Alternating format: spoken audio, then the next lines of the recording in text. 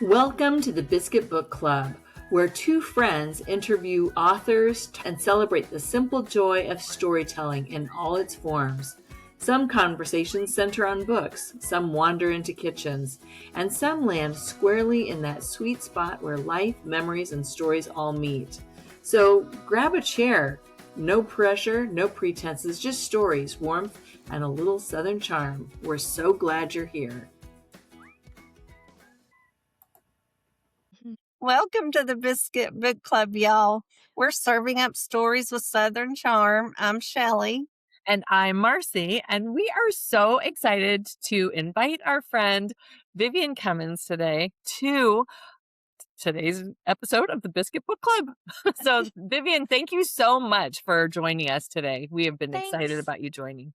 Thank you so much for having me. I'm so happy to be able to see your faces. Yes. Yeah, and we have been looking forward to this episode. I got your books. Vivian has Break Down Better, 52 Restoring Devotionals for Burned Out Women, and I love the journal, A Better Way journal. It has prompts. I need prompts. I've wanted to, I'm not good at journaling, but I want to. So I love that you have these prompts in here that will give you, the help you need to do the journaling. Yes, because when you first came out with the book, did you know you were going to be doing a journal as well? Or was that something that kind of came about like, we need something more? How did that work out? So as I was writing the devotional, I was actually adding the prompts and the reflection questions and all the things into the devotional.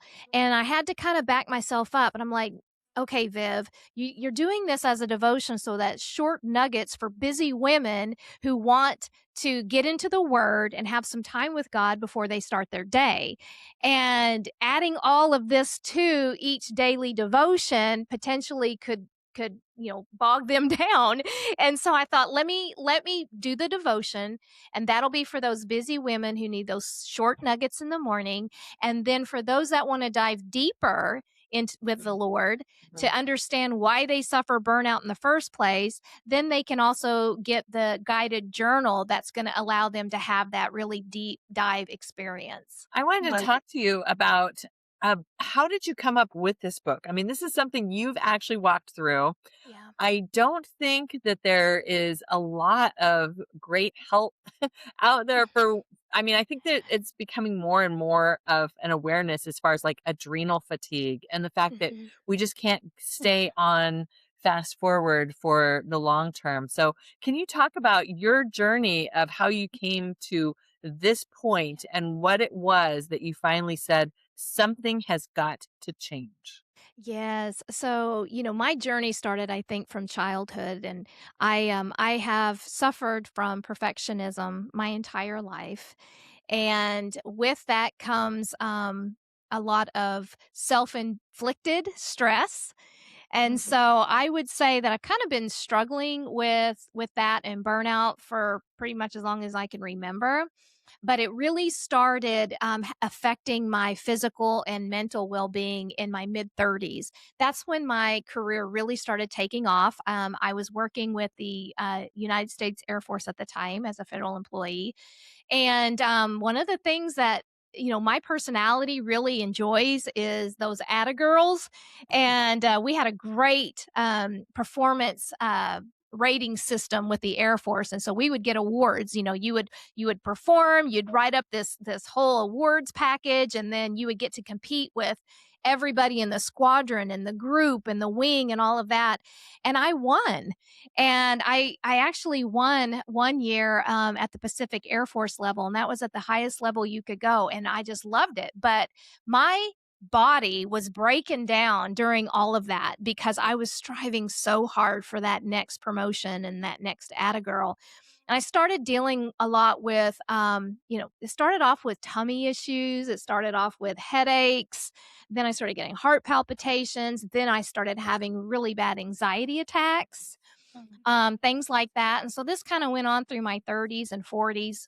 Hmm. Um, and then in my 40s, in my late 40s, is when I suffered this severe mental breakdown, which is what I talk about in my book, Breakdown Better.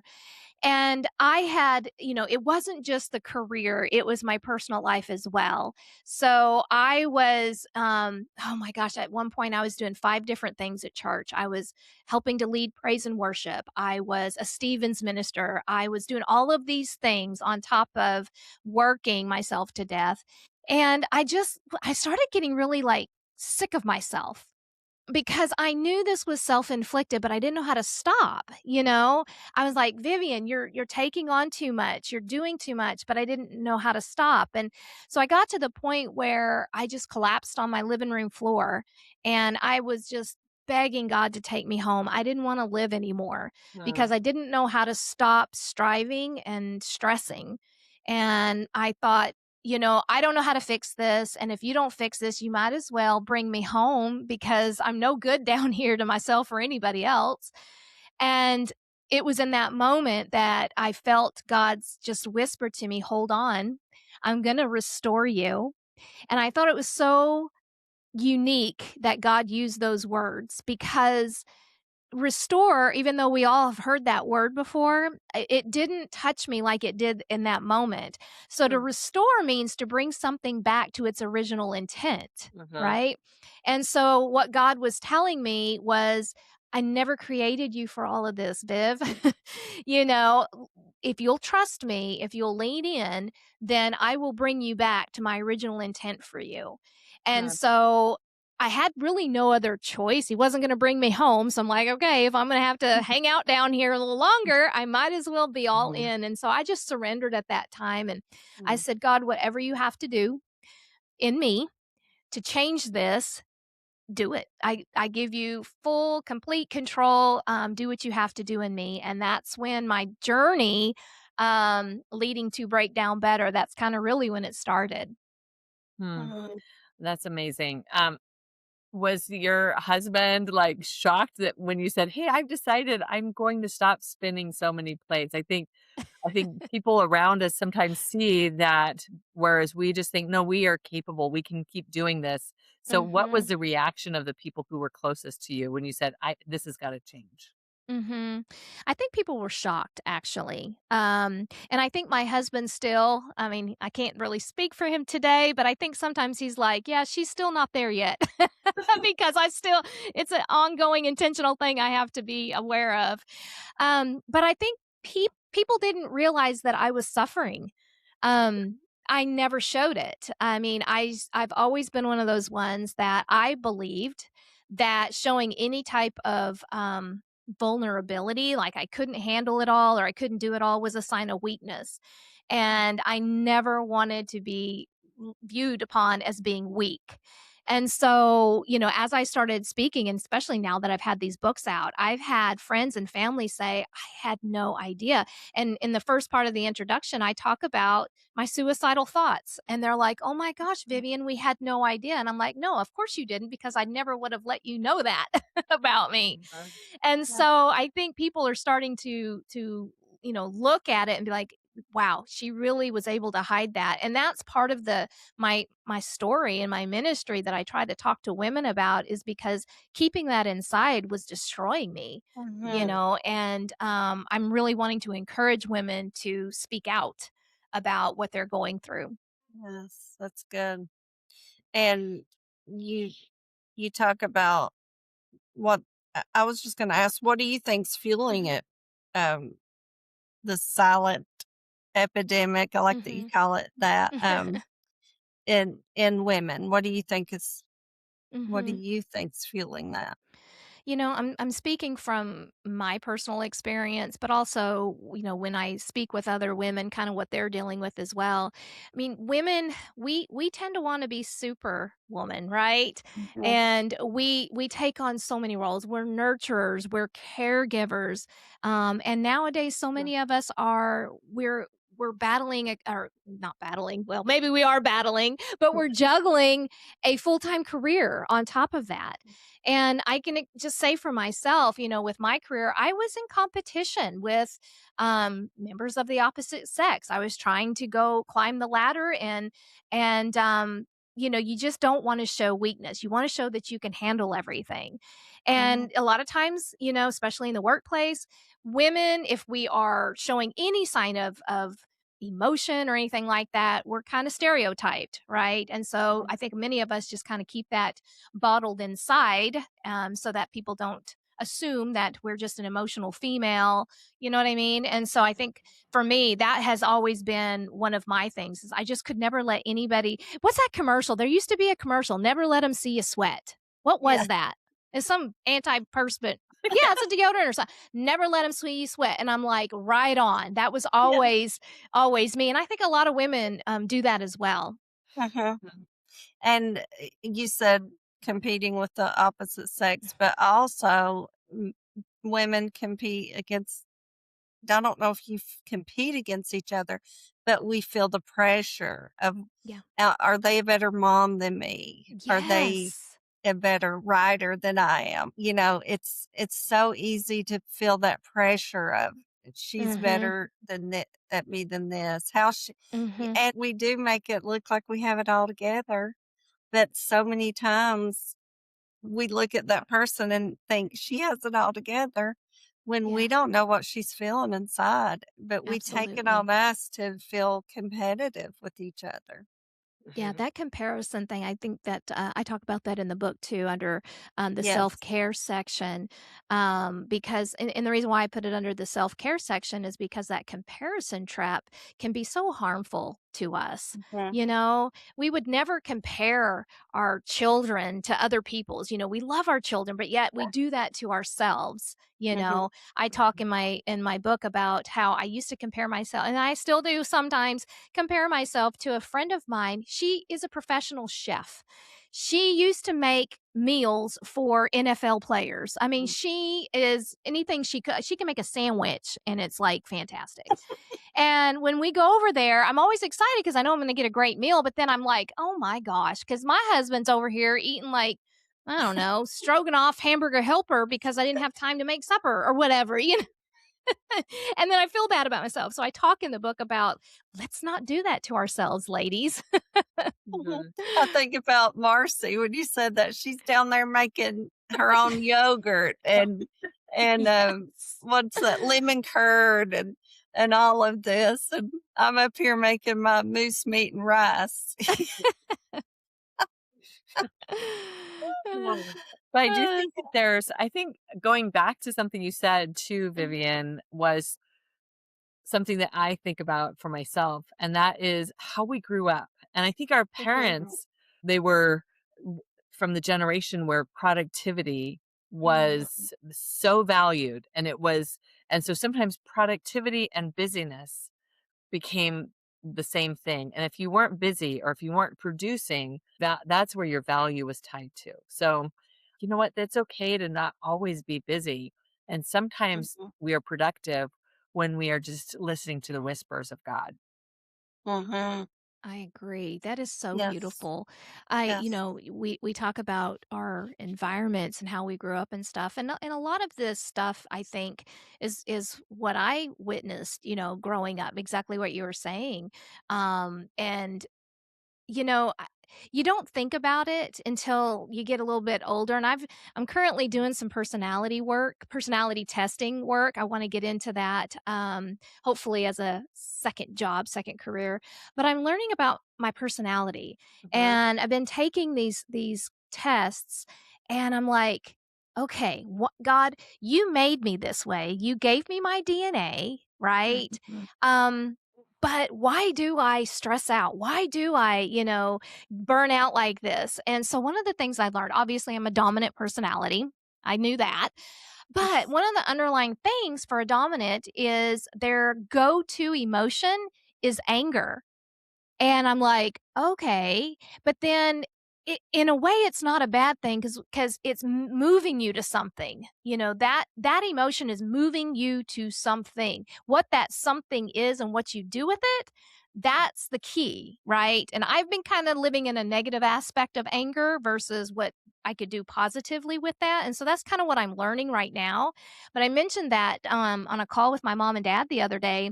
And, I'm having these conversations with them saying, my dad's like, yeah, I get really flustered sometimes. I'm like, me too. When I can't do something, or I'm going to tell y'all what, my printer that's sitting right here, we go round and round. This stupid printer is connected to my Wi-Fi. And if my Wi-Fi flinches, my printer goes offline and I can't print.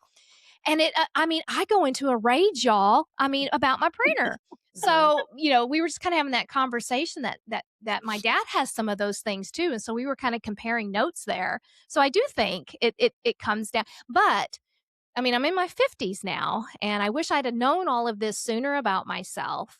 But what I want to encourage people is start digging into those personality tests. And my book, In a Better Way, the guided journal at the very end, we start talking a little bit about that. There's a couple of quizzes and personality assessments that are in that book because I really want women to dive deep into the why behind the way they are, right? Because God made you that way, but we do live in a fallen world. And so, what are some of those attributes that we can take and use them positively versus negatively, like we've done in the past? I love that. That's a great tip. And if someone is listening and they're realizing I am burnout, um, first, can you tell us some of the signs and symptoms of being burnout? And then, if you have time, maybe go into some of the ways, like you said, learning more about yourself. That's one way. But could you talk about that? Yeah, so burnout comes, it's funny as I'm learning about this. I learned a lot about burnout during my federal career because we would get trainings, wellness type trainings here and there, and it talks mostly about work-life balance, which all of us were working, and so obviously that's kind of where burnout came into play. But as now I'm retired, I'm still seeing that I still get burned out, and if I'm not careful. And so that can look like the easiest way that I can explain burnout is when we go into an extreme. When we're doing something, when we become out of balance, right? And we're doing that so much repetition that it starts to overwhelm us. It starts to exhaust us. For me, it was my health. That's what first started showing signs of burnout was, like I mentioned before, the heart palpitations, the upset stomach, ulcers. All of these things, your body is just trying to process the stress. It has nowhere to go. Um, as far as the mental part of it, for me at least, and I'm sure many of those that are watching and listening have experienced the same thing, but I was starting to really go into a deep depression and a feeling of hopelessness and just brain fog. That was a big one for me. Brain fog. I just could not formulate a thought. And what thoughts I did have, they were all negative, right? And so from a mental aspect, that started bringing on anxiety attacks, feeling doomed, like there was no hope. And I told you eventually ended up with some suicidal thoughts. Um, I talk a little bit in my stories about, the Bible talks about us staying well balanced because the enemy will roar like a lion seeking whom he can devour. And I love that. That's kind of one of my go-to scriptures because Satan will attack us, especially if we are God's children. He will attack us, and in the way he does that is he wears us out. He wants to wear us out. He wants us to get us weary because when we're weary, that's when he attacks.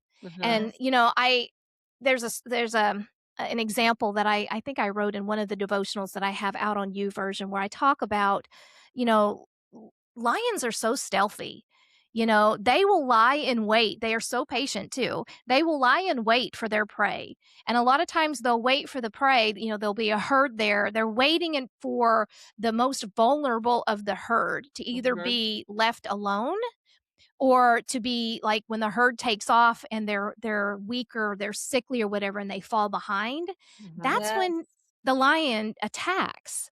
And so Wow. that's the same thing with us. If he can get us tired and weary and confused and overwhelmed, we're unable to defend ourselves, and that's when he comes in.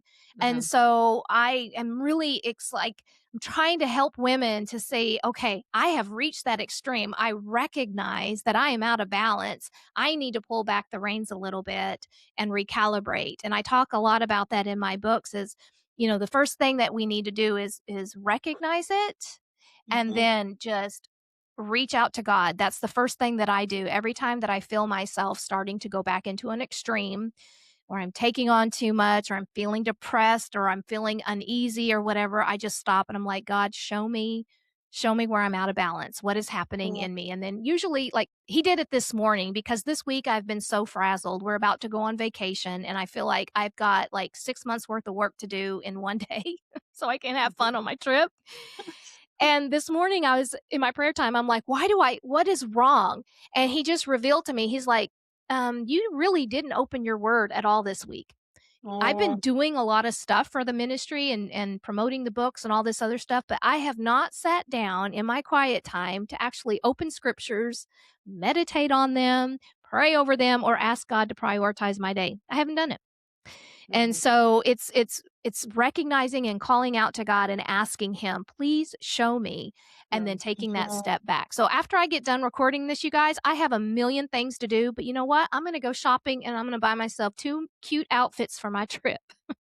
So I'm going to do it. I'm going to do it. Mm. Well, Have thank you you for being so Yeah. transparent too, because we all go through those Mhm. stages Mhm. where, Mhm. the spaces where we've been like, oh, where's my Bible? We Mhm. Yeah. get so busy. And yes, I think that's such a big key in what drags us down is we've not had that time. You know, Yeah. my husband likes to make this example in his messages in church.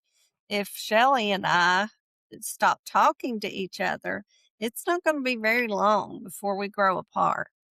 Yep. So Mhm. if you think about that, if you stop spending any time with the Lord, Oh, it breaks my what's heart. going to happen? Yeah. Yeah, You that start breaks my heart. feeling he's always there. He's always waiting, Mhm. but Mhm. it's us that we draw ourselves so many things. We're drawn away from him by so many Mhm. things. I was going to ask if either of you have read C.S. Lewis's Screw Tape Letters, but Yeah. one of the things in Screw Tape Letters was when Uncle Screwtape was talking to his nephew Wormwood, and he was talking about somebody he was trying to sway from the faith, and he said, if you can't get them off track, just get them super busy. Mm-hmm. Just put Yes. their Yes. foot on the pedal, and they will be just as ineffective as if Yes. they had gone off track. And so that stuck with me too. Like, Yeah. that is kind of you know, the enemy's tactics is sometimes if they're not going to get off track, we just have to get them busy and they will Yes. be just as ineffective. And I think that the Lord has given you this book to help people, especially women, to understand like adrenal fatigue is a real thing, Oh, it you sure know. Mm-hmm. is. And I don't even think like I remember one year we had 3 graduations, 2 weddings, 2 book launches, and a baby announcement. And so, I mean, I just was like, just set up the taco bar and keep it just rolling, like Mhm. congratulations, like we had so much stuff going. But at the end of that year, I was exhausted. Yeah. And I told John, I'm like, I have got it is gonna take me a while to get okay again because I was Mhm. so depleted, and just like we get like plants get depleted when they are not watered, just when you throw some water on it doesn't mean that they're gonna bounce back, like, it is a conscious effort, and it is Mhm.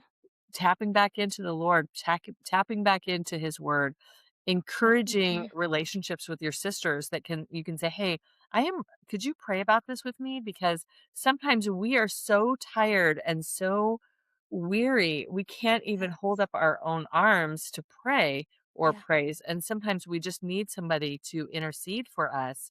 And I feel Mhm. like that is kind of what Shelley was saying. Sometimes we feel like we are a burden. We don't want to be a burden on somebody else. Mhm. And so we also don't want to share those hard things. But I think Mhm. that's being vulnerable, like you said, on the Mhm. floor, like, "Just take me home," like, Yeah. "Take me home, daddy." Maybe Beam sometimes me we up. like, "And if you're Yeah. gonna do it on laundry day." So, I just think that for the woman who is maybe spinning so many plates and then it doesn't I told somebody, it's not like you have to add a big bowling ball. Sometimes it's just something, the smallest thing. If you're juggling all that you can, just adding that one more thing, everything's gonna drop. And Mhm. Yes. so that's not worth it at all. So what would you tell that woman who is on the verge? She already you can feel it. You can feel, and I love Mhm. what you said, that your body is processing stress because it has nowhere else to go. And Mhm. I think that if we are honest with ourselves, we can tell, like, all of a sudden everything is tight. All of a sudden you're upset. And Mhm. and anger actually is sometimes a secondary emotion. So just having to dig deep, like, what is it that I'm angry about? I'm angry because I'm disappointed. I'm angry Mhm. because I'm, all those other things. And so I love it that you're doing the deep dive into your personality, but then Mhm. also being able to just say, yeah, I'm reading what's going on with myself, and I'm going to need help, Mhm. either prayer or just backing off the pedal. So, what Mhm. would you tell that woman who's Mhm. starting to feel that, but wonders if she has a place where she can actually go? Mhm. Actually, I tell her, "I'm so excited for you because this is where the real work begins. This is where you and God are gonna go deep with each other. You're gonna learn more about yourself as you cry out to God and let Him heal you from the inside out." Mhm. Um, for me, it was a little rough going at the beginning, but I'm at that point now where I can give myself grace, and I'm starting to really love myself. Mhm. I've never loved myself before, Mhm. and I'm starting to give myself permission to be frustrated, to to lament. I mean, that's Mhm. a word that I have used a lot in my vocabulary the last year as I'm growing deeper with Christ, is to express that anger, whatever that anger Mhm. is and why, to God and Mhm. let Him help me work through that. Mhm. And so if you're feeling burned out or you're feeling overwhelmed, let it out. I mean, if you can get away for just 3 minutes, go for a quick walk or hide in your closet or whatever, and just lament. If you've got a scream and a pillow, God will meet you where you are. And I just think that that has to be the first step. I mean, knowing that it's okay, there's nothing wrong with you. You are absolutely human. We all go through this. I guarantee your sisters, your friends, even your mother is probably going through it or has gone through it. We've all been there. It looks differently, but it's still the same root. And so just recognize it. Give yourself permission to feel the way you're feeling, lament to God, cry out to God, and then let's go to work. Get some resources. You can contact me on my website. I will pray with anybody. I will talk with anybody about this because I know what it feels like, and it feels like you're the only person going through it, but you're not. One of the reasons why I decided to actually write the book, even though I was like, I'm not going to look good in some of these things because I'm admitting some stuff that I would hate to admit. But I was on a women's group a couple of years ago online, and she was having a breakdown right there in front of us. She was working on her PhD. She was struggling with her weight. Her doctor had told her that if you don't do something, you're likely going to perish. She had, I think, 3 or 4 kids under the age of 7. Her husband was launching a business, and she was doing all this stuff, and she's just sobbing. And she's like, I just don't know what to do. And I'm thinking, oh my gosh, I hear you, and all the women were giving nods and we were all crying with her because we know exactly what that feels like. And Yes. so don't isolate. That's one of the Mhm. biggest things is please do not isolate, because again, Satan knows that you're at a vulnerable space Mhm. and he will drop those things into your head. So do not isolate. Get with some sisters, contact me, and let us help you through it. Mhm. Yes, it's so good. And I think having a good mentor in our lives Hmm. someone we're comfortable with, that we can call and say, I need to talk through this. Mhm. Yeah. I need prayer. I need your help. Hmm. Maybe an older lady than us that's lived more life. I have a Yeah. wonderful mentor, a spiritual mentor, Margot, that her and her husband used to do what we're doing now. It's missionaries. And Hmm. God just dropped her into my lap. We Love it. met at a local restaurant, and they actually live in Washington State. And we had Hmm. said prayer over our food before dinner, and they came over after we finished eating and introduced themselves. Hmm. And now they come and spend 1 month a year up here helping us. And Love it. they have just both been mentors to us. So I think Yeah. that's really important to have someone. It would be nice if when we're in a place like that, if someone says, "How are you today?" and we just said, "I'm not good." Mhm. That's to It tell is. somebody at church, "I'm not good." I need someone to talk to. But having a mentor or someone in our lives that is always going to be there, I Mhm. think Yeah. that has really helped me personally. So, Vivian, Yes. where can people find your books and where can people find you online? And we're excited to share that Oh, information too. thank you for sharing. So, my website is viviancummins.com. That's the hub that you can link up and get the books there. I think I mentioned I do have a couple of devotions. I think there's about 5 devotions out there on the YouVersion app that people can link up to. And also, too, they can watch previous episodes of my podcast, Juggling Life, Finding Balance. So that's all on my website. You can get Breakdown Better and A Better Way on Amazon, Barnes and Noble, Walmart's carrying it, and then Mhm. anywhere that you get your online books. Any retailers out there, they should have them. And so I just hope that women grab these resources. You can't, it's 2 separate resources. They feed off of each other. And so Mhm. you can buy either one or the other and still get a good message from the Get them Lord. both. But I would recommend want to dive deep that you grab them both and get to work Yes. with God. I love that. Mm. I love that so Yes. much. Thank you so much, Vivian, for joining Oh, us today Thank on the you. Biscuit Book Club. And we didn't even ask, like, do you bake biscuits? I we do didn't not talk bake about food. biscuits.